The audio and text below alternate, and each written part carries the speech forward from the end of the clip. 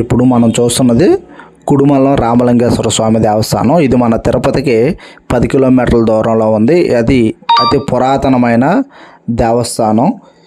ఇది 2600 సంవత్సరాల క్రితం దేవస్థానం అంట.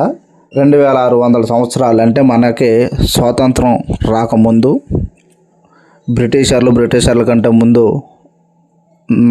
నవాబుల కంటే ముందు మన రాజుల కంటే ముందు మనకు శ్రీకృష్ణ భగవానుడు పరిపాలించినటువంటిది 2600 సంవత్సరాలు. అంటే మనకి ఇప్పుడు మనం ఉన్నది 2025. అంటే మన మానవ మనుగడ ప్రస్థానం మొదలవక ముందుది. కొంతమంది 4000 సంవత్సరాలు అని కూడా పురావస్తు వేత్తలు చెప్తా ఉన్నారు. మనం ఏదైనా ఇల్లు లేదా ఏదైనా నిర్మాణం చేస్తే 20 ఏళ్ళు మహా అయితే 100 ఏళ్ళు కంటే ఎక్కువ ఉండడం గగనం. అలాంటిది ఇది 2600 పైగా సంవత్సరాల నిర్మాణం. అంటే ఇది చాలా అద్భుతం. ఇక్కడ మనం చూస్తున్నది అంతరాలయం. ఈ ఆలయంలో పార్వతీదేవి శ్రీపీఠం పైన అభయహస్తంతో నించుని ఉంటారు. భక్తులు ఏ కోరిక కోరినా అభయం ఇస్తారు.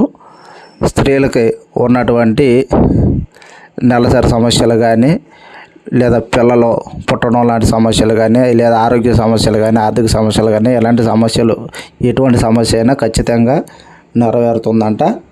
అలాగే ఇక్కడ మనం చూస్తున్న మరొక ఆలయం సూర్యభగవానుడి ఆలయం. ఈ ఆలయం కూడా ఎంతో విశిష్టత ఉంది. చూడండి, ఇన్ని వేల సంవత్సరాల నిర్మాణం ఇప్పుడు వరకు ఎక్కడ చెక్కు చెదరలేదంటే నిజమైన టెక్నాలజీ వాళ్ళదా మనదా మనం ఆలోచించుకోవాలి. అలాగే ఇక్కడ మనం చూస్తున్నటువంటి ధ్వజస్తంభం ఎదురుగా నందీశ్వరుడికి ఎదురుగా ఒక కిటికీ ఉంది. ఈ కిటికీలో నుంచి సంవత్సరంలో ఒక్కసారి మాత్రం సూర్యకిరణాలు భగవంతుడిని తాకుతాయి అంట.